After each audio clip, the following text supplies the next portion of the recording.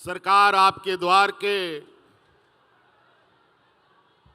विभिन्न पड़ावों से होते हुए आज हम लोग गोड्डा पहुंचे हैं, महगामा पहुंचे हैं और इसमें सबसे पहले बहुत लंबे समय से यहाँ आप सभी आए, गांव देहात से हमारे महिलाएं बड़ी संख्या में, हमारे किसान भाइयों, बूढ़े बुजुर्ग,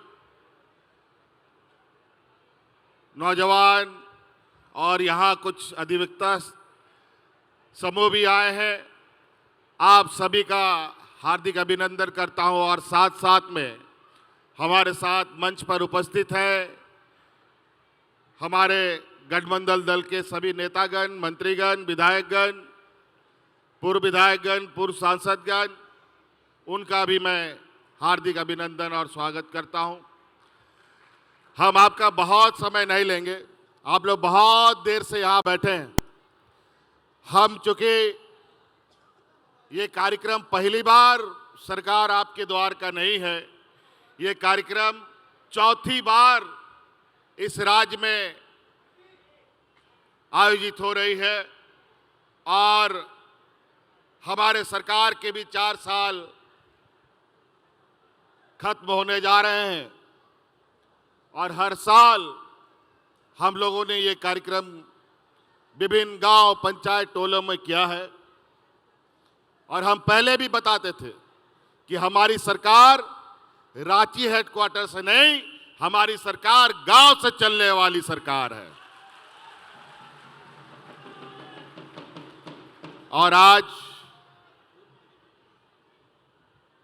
उसी कारवां के सफर में आज आपके इस महागामा प्रखंड विधानसभा क्षेत्र में आए हैं और यहाँ गोड्डा जिले से भी लोग आए हैं,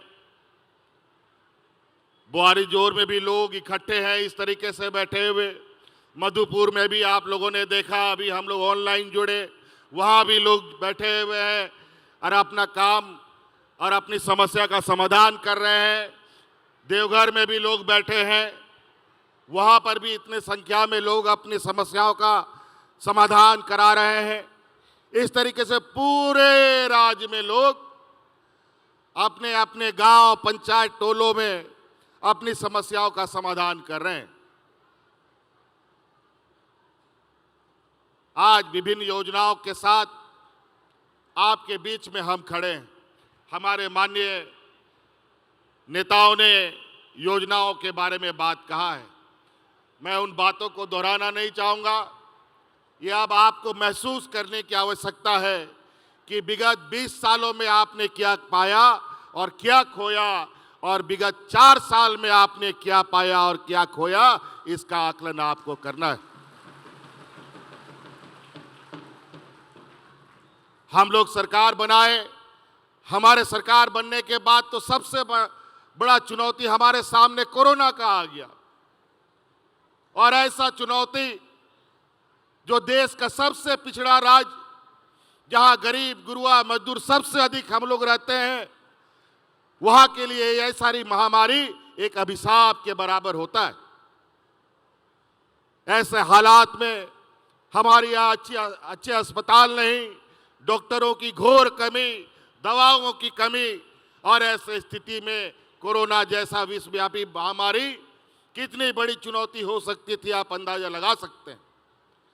इस कोरोना में हमारे अगल बगल राज्यों में लोग ऐसे मरते थे जैसे जानवर मरता हो, लेकिन इस गरीब पिछड़े राज्य में सरकार की सजगता, सरकार की संवेदनशीलता की वजह से यहाँ के राज्य में कोरोना कैसे आया और कैसे चला गया पता भी नहीं होने दिए। लेकिन इस चुनौती को पार करने के लिए मुझे बहुत बड़ा कीमत चुकाना पड़ा है। इस कोरोना की लड़ाई को, जंग को जीतने के लिए हमारे 2 मंत्री शहीद हो गए। आदरणीय हाजी हुसैन अंसारी साहब जो मंत्री भी थे हमारे मधुपुर के, वो कोरोना के बीच में भी गांव-गांव घुमा करते थे। हमने लाख मना किया कि आप बुजुर्ग व्यक्ति हैं, आप घर से बाहर मत निकलिए, लेकिन वो मानने वाले नहीं थे। आखिरकार कोरोना उनको साथ में लेके चला गया। दूसरा, हमारा टाइगर जगन्नाथ महतो जी, उनका भी वही हाल हुआ।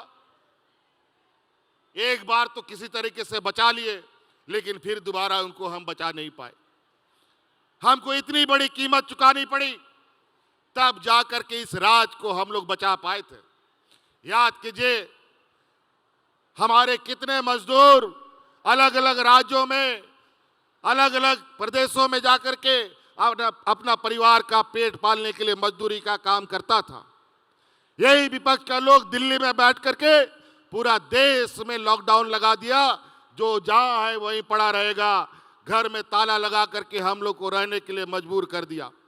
काम धाम, रोजगार, फैक्ट्री सब बंद। जो मजदूरी करने गया था उन लोग को भी फैक्ट्री से बाहर कर दिया, घर से भी बाहर कर दिया। सड़क पर मरने के लिए मजबूर हो गए वो लोग। याद कीजिए उस समय का दिन, आपका ये भाई, ये बेटा आपके परिवारजनों को हवा जहाज, ट्रेनों से लोड करके उठा करके आपके घर में पहुंचाने का काम करता था।